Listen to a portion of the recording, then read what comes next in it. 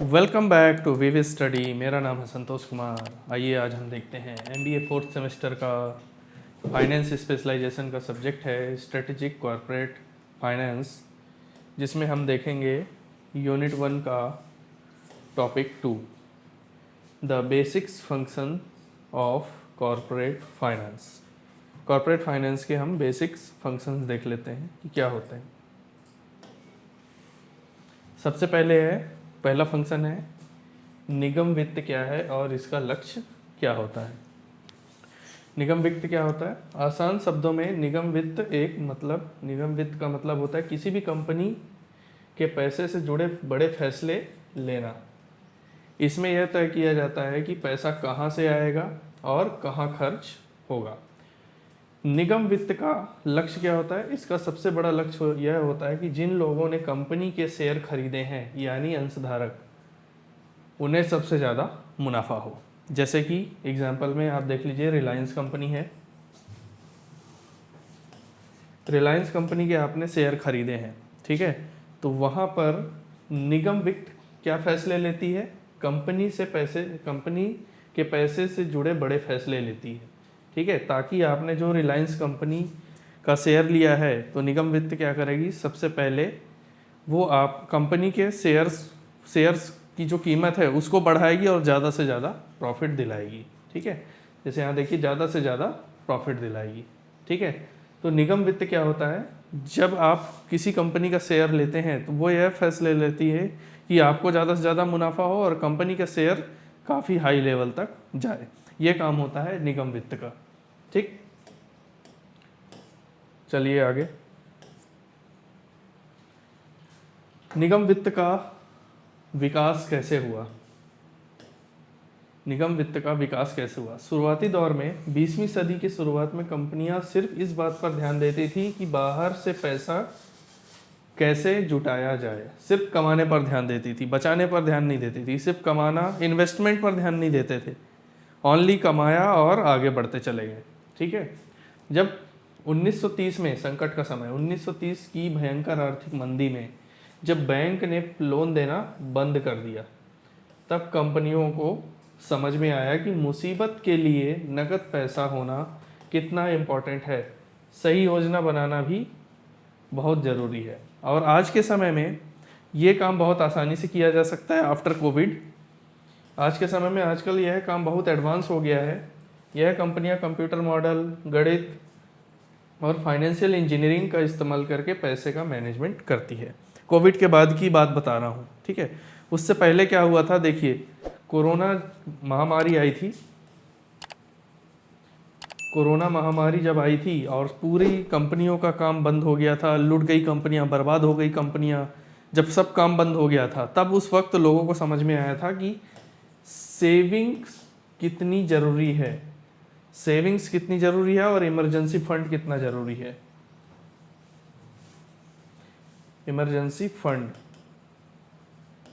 Fund कितना ज़रूरी है, ताकि आने वाले टाइम में ऐसी कोई भी मुसीबत आती है, मुसीबत आती है तो हम क्या कर सकें? इमरजेंसी फंड का और सेविंग का यूज़ कर सकें। जैसे इस वक्त आई थी कोरोना में कंपनियां बंद हो गई, काम बंद हो गया, लोग बर्बाद हो गए, कंपनी भी बर्बाद हो गई, बहुत सी ऐसी चीज़ें। और आज के समय में क्या हो रहा है? देखिए, आफ्टर कोविड के बाद समझ में आया कि म्यूचुअल फंड कितना इंपॉर्टेंट है, ठीक। वैसे पहले भी ये चलता था, लेकिन उस लेवल पर नहीं था कि लोगों को ज़्यादा से ज़्यादा समझ में आए। ये तब समझ में आता है जब मुसीबत सामने खड़ी होती है, ठीक। तब समझ में आया इमरजेंसी फंड और सेविंग के बारे में। म्यूचुअल फंड है, LIC है, ठीक, और FD है। बहुत सी चीज़ें कोविड में ही समझ में आई, कोरोना के टाइम पे समझ में आई, ठीक, कि तब जाके किसका विकास हुआ? निगम वित्त का विकास हुआ। ओके, चलिए आगे चलते हैं।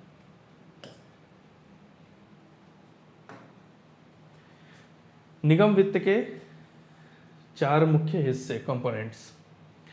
कंपनी के पैसे को मैनेज करने के चार आसान कदम। सबसे पहले प्लानिंग करना। सबसे पहले यह तय किया जाता है कि कंपनी को कितने पैसे की ज़रूरत है और वह पैसा कहाँ से आएगा।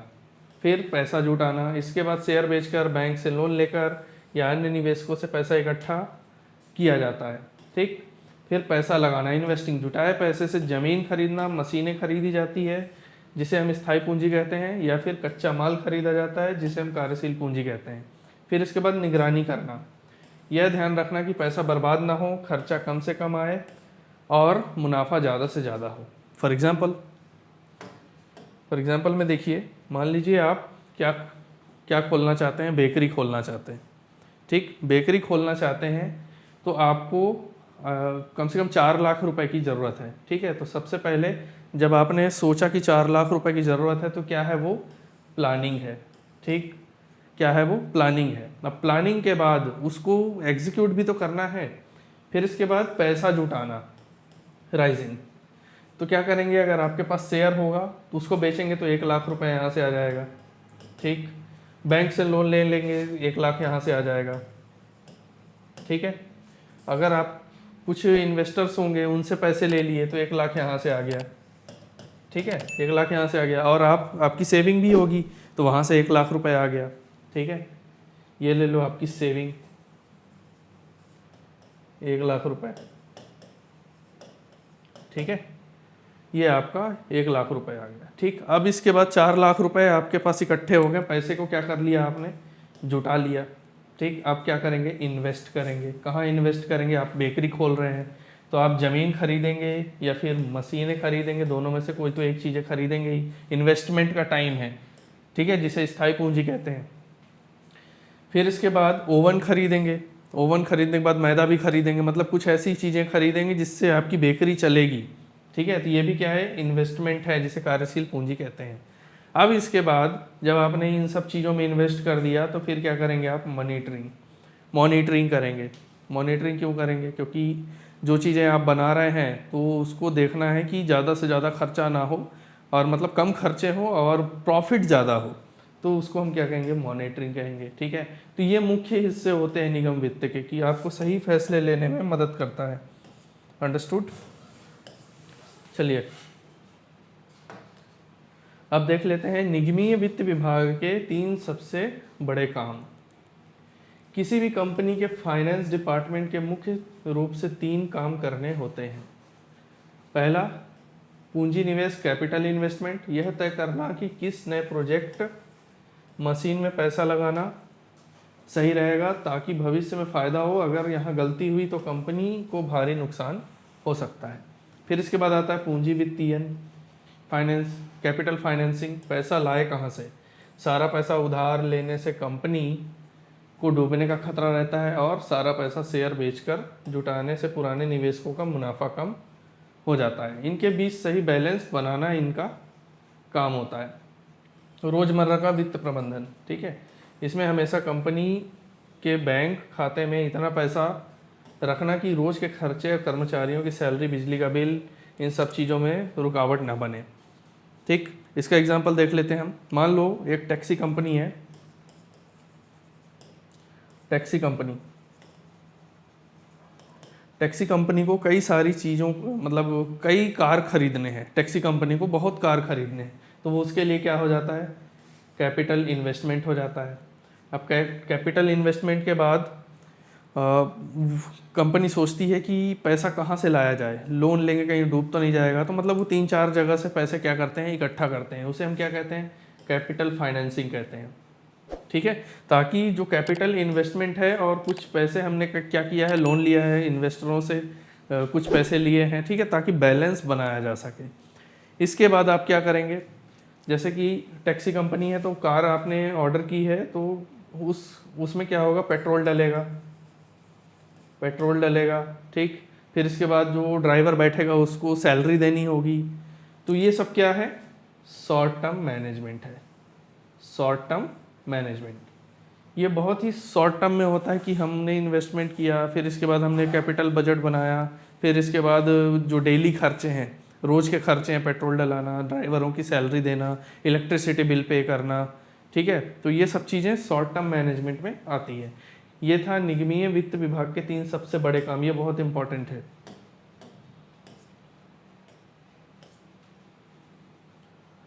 फिर इसके बाद देख लेते हैं 5 मूलभूत कार्य, 5 बेसिक फंक्शन। ठीक, कोई भी कंपनी हो वो सबसे पहले इन बेसिक्स फंक्शन पर ध्यान देती है। सबसे पहले पैसा जुटाना, पैसा इकट्ठा करती, काम चलाने के लिए बाहर से पूंजी लाना, ठीक। फिर सही प्रोजेक्ट चुनना, अगर गलत प्रोजेक्ट चुन लिया और उसने इन्वेस्ट कर दिया तो क्या होता है, कंपनी को लॉस भी हो सकता है। तो बहुत इंपॉर्टेंट होता है कि सबसे अच्छे प्रोजेक्ट में पैसा लगाना जहाँ जोखिम कम और रिटर्न ज़्यादा मिले, पैसा ज़्यादा मिले।